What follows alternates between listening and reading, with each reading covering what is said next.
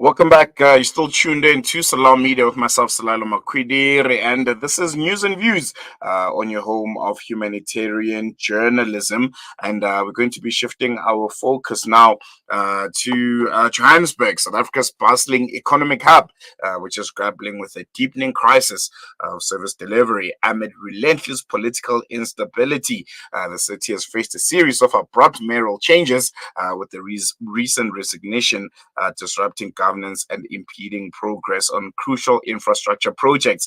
The resignation of Kabelo Kwamanda after just 15 months in office. I think it's one that kind of exemplifies this turmoil, and as a result, Johannesburg essential services ranging from street repairs to water supply, waste management, and electricity are suffering, leaving residents in a state of uncertainty and frustration. So we'll be tackling the issue of Johannesburg in a bit, and we'll be talking about just how much the city of Johannesburg and the musical chairs that is unfolding in the city is affecting the citizens of the once loved and admired city of gold, a world class African city.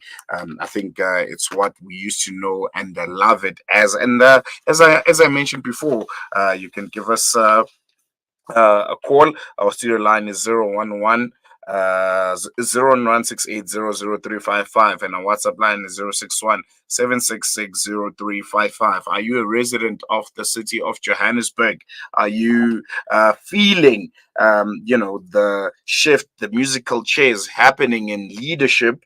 Are you feeling the effects of it on the ground? And we'll be joined by political analyst Dr. Levi Indo just to unpack and underscore the ongoing political instability and the challenge of ensuring steady governance. Dr. Levi Ndo is joining us via telephone. Dr. Ndo, thank you so much for joining us. Welcome to Salam Media. Always a pleasure chatting to you.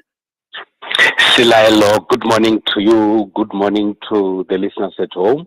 Thank you for having me. I think maybe that could be our point of departure. The fact that there's been almost 6 years in a space of 3 years in the city of Johannesburg. Is that in any way affecting the city when it comes to number one?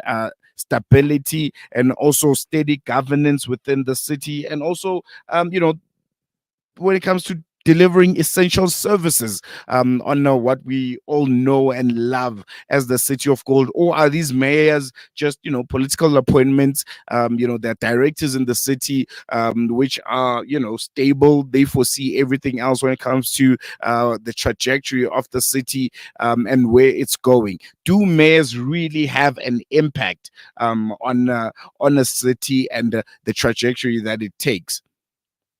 We just have to talk about political changes in the city of Johannesburg and elsewhere, but it is not surprising that this has happened. And the possibilities that we're still going to have this kind of changes, maybe not in Johannesburg, but in other metros, because that is the trend that has been going on since 2016. And whether we like it or not, Lilo, the change of political leadership has got a very, very huge impact on instability and a huge impact on the governance of the city, even if you talk about provinces and national government. When you change the mayor, the biggest possibility is that you are also going to change your leadership in the municipality. Therefore, it will mean that those that are given certain responsibilities are supposed to be changed. It therefore affects the committees that have been created, because people will be moving around from one place to the other. Some people who might not have been committee chairs could become committee chairs. Therefore, that affects the rhythm of what has been happening administratively in the council and also at political level. Mayors have got a very, very important role to play because they need to ensure that the MMCs are doing their work, but also at the same time, the work of the mayor also depends on the cooperation that he or she could get from the council, from the executive council, and the entire council that is there. So the cutting and chopping of the leadership at metros and elsewhere has got a very, very huge impact on the running of the Mm. municipality. How much of this instability can be attributed to, coalition governments? We now have something that, kind of mirrors that on a national level. But, when I look at, some of the mayors that have lasted, a considerable amount of time, in their stay as mayors of the city of Johannesburg, is between 2000 and 2021. And in this period, the city of Johannesburg was solely under the leadership of the African National Congress. And when they lost the majority within the city, that's when we saw this chopping and changing of leadership within the city. Can this, be attributed to coalition politics? Are we just not getting them right when it comes to metros and cities, not just in Johannesburg, but all across the country? Indeed, that could be attributed to coalitions and mainly in the metros. And we also need to acknowledge that we also have coalitions um, in other spheres or in other models of local government, but we do not see the challenges that we have seen in the metros, except in one of the municipalities in Tabazimbi. Mm. But the fact of the matter is that the manner in which coalitions are structured in South Africa creates a huge potential for instability, conflict, and poor governance. I am amongst those who were not surprised that the former mayor of Johannesburg would be removed from office. It is also because the manner in which our coalitions are structured, a party that would have 1% of the vote could end up having a mayor or an individual occupying the highest office. So it, the structure of governance is not reflective of the wishes of the people on the ground. And that is based on how our system has been arranged. So the governance, the collaboration amongst politicians and political parties is done behind closed doors. You do not know the kind of pressure that a person in a position of former Mayor Gwamanda could be going through. Number one, you have got parties that are having big numbers in the council that said you should become a mayor. Obviously, you should be answerable to such people. Number two, you should be answerable to the entire council. Three, you should be answerable to your own political party. Number four, you should be answerable to the citizens of the city. So your accountability structure is extended, and that means that you might be getting views or different views from the different constituencies that you could be leading. And that is also the source of the challenges that these people could go through.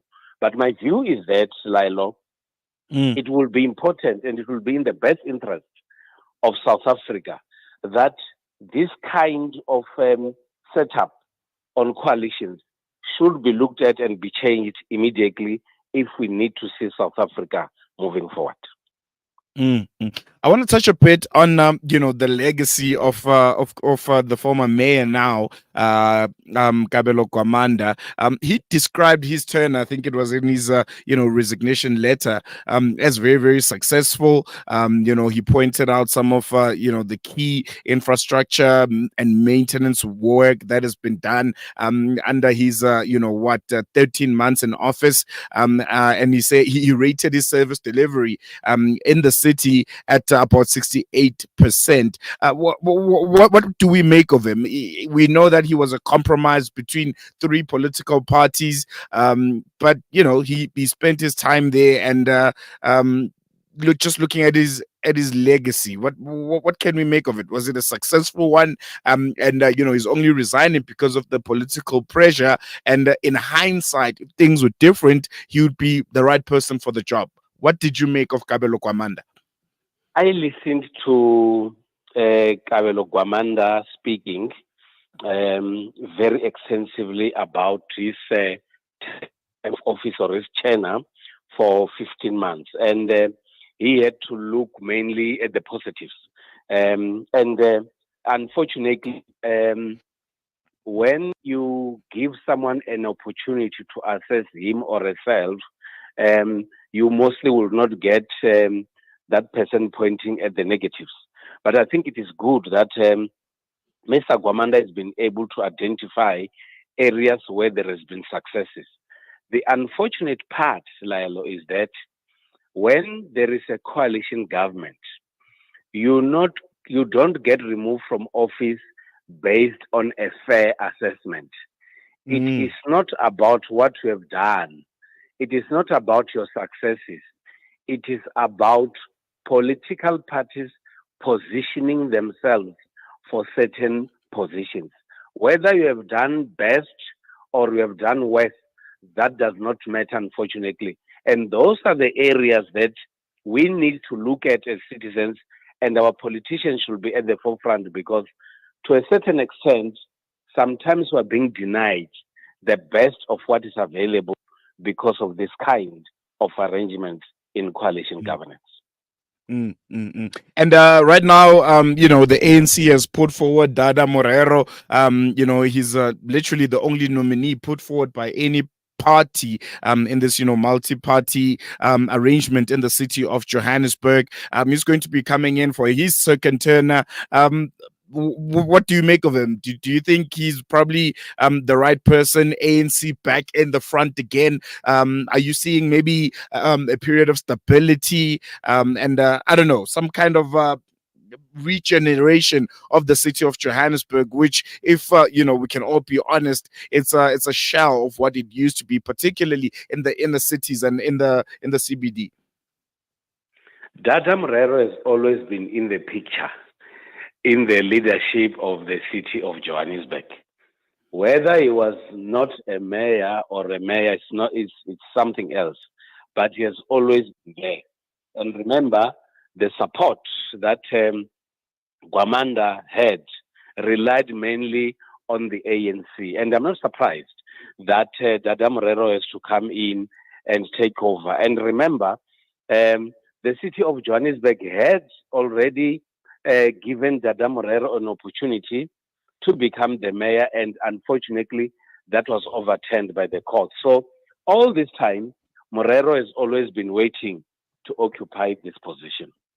And I just want to move away from the city of Johannesburg a bit. We just received some breaking news, and I'm since having you on air, I'm just going to use the opportunity. I'm not sure if you've heard the news yet. EFF Deputy President Floyd Chivambu won't be renewing his party membership and requests to be released from his duties. What do you make of this? Really, really surprising. I think all of us saw him as a successor to Julius Malema at some point, but he's leaving. Floyd Chivambu is leaving the EFF. It could be a surprise, but these are things that would happen in politics. And remember, politics is about, to a certain extent, power relations. It's also there's also an element of social interaction in politics, but also at the same time there is also an element of what do I get from this exercise. Another important aspect about politics is that there is a lot of pressure from within and outside the party. There could have been tensions in the EFF, but also at the same time, the VBS story, it's always hanging over the head of the deputy president of the EFF. He could be leaving for other political parties. He could be leaving because he's under pressure. But I think it will be quite interesting to listen to the press briefing that is coming at 12, and therefore we'll be able to know exactly what could have been the reasons for Shivambu to get out of the EFF. How much of this do you think it can be attributed to essentially, let's be honest, the EFF's horrible showing in the previous elections? You having a party that's just a few months old in the MK, just coming in and just taking over everything and being the official opposition, and the EFF, I'm sure, in this year's elections, they were probably looking at themselves as being the second biggest party, probably sitting on the opposition benches of parliament. But that's not the case. They have been relegated to the big benches. They're now the third biggest party, and their numbers seem to be dwindling. Do you think that also has an impact on Floyd Shivambu leaving potentially? It could have been. Remember, the EFF kept saying that they are a government in waiting. And that is the story they've been making ever since they came into the political sphere in 2014. And we observed a tremendous growth of the EFF. And unfortunately, now they're actually going down.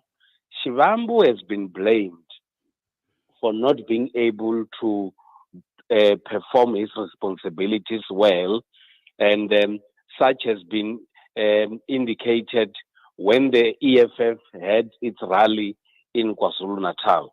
And the poor showing appears to be pointing the finger at how the Deputy President, Floyd Shivambu, has not been able to be equal to the task.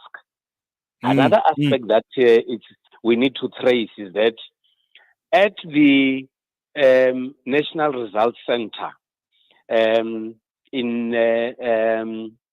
the elections, Julius Malema indicated there that those who did not perform well in the campaigns are going to be removed.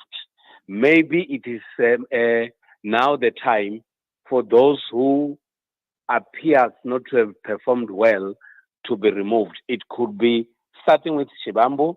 We can still see more other people to come. But at this stage, as I indicated, we still just have to speculate because the actual reasons could be presented to us in the next 3 hours. And I wanted to touch a bit on that. Are we ultimately starting to see the beginning of the end when it comes to the EFF? Is this, little telltale signs that they might be losing a grip on the party? It might follow suit, to the other breakaway parties of the ANC, like how we've seen things pan out with the Congress of the People, COPE, in recent years, which I think now have 1 or 2 seats in parliament. That could be the case, but we need to acknowledge that circumstances would differ from one political party to the other. It will also depend on what are the real reasons Shivambu is leaving the EFF. If he's leaving the EFF under pressure, he could then become a potential threat for the EFF in the future.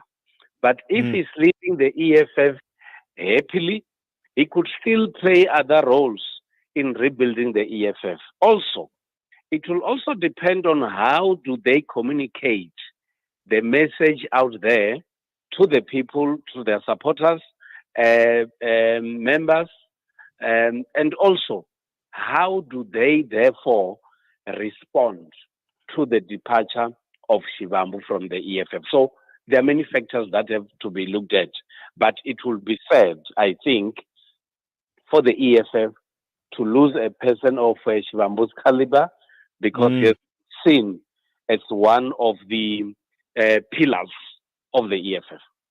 Mm. And just lastly, the succession plan now for the EFF. How do you see it changing? With Floyd Shivambu, who was, I think, the best positioned to take over from Julius Malema, if or when he decided that his time was up, after his tenure, or maybe after an elective conference of the EFF. He was probably the one that we are really sure of, that is going to be the next leader and face of the economic freedom fighters. I think he was even groomed for that, since the EFF's uh, establishment. The succession plan, what do you think it looks like right now?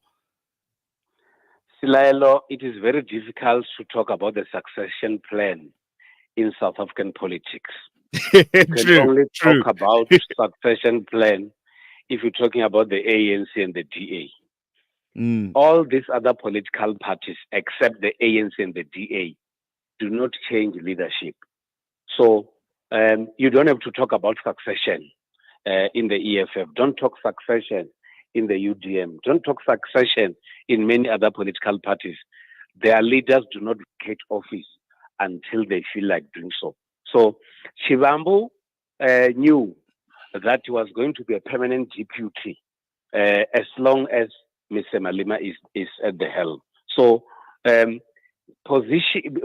he was well positioned to take over, the question would have been when. Was he only going to wait for the leader to decide to quit, or use the democratic processes of a conference and he garner votes from delegates? I don't think so. So I maintain my position that it's very difficult to talk succession in South African politics because these leaders do not get out of power. I think we're going to leave it there, Dr. Levi Ndo. I think all eyes would be on the press conference of the Economic Freedom Fighters, scheduled at 12 p.m. this afternoon. Really, really wonderful talking to you and unpacking these issues. And I'm sure after the press conference, we'll definitely be chatting to you just to unpack, the layers and some of the reasons why EFF Deputy President Floyd Shivambu decided that he's stepping down. But yeah, we'll leave it here for now. Thank you so much. You're always welcome. Thank you so much. There you have it, Dr. Levi Ndo, political analyst. Hey, Floyd Shivambu, gone. Just like that. Really, really interesting times ahead for the EFF. Poor showing at this year's election, relegated to what? The third biggest party, essentially backbenchers of parliament. Is this one of the reasons? Is VBS one of the reasons? Is there, bad blood between himself and Julius Malema? We know how Julius is. Iron fist leadership. What I say goes. My way or the highway. Here you behave or else you jump.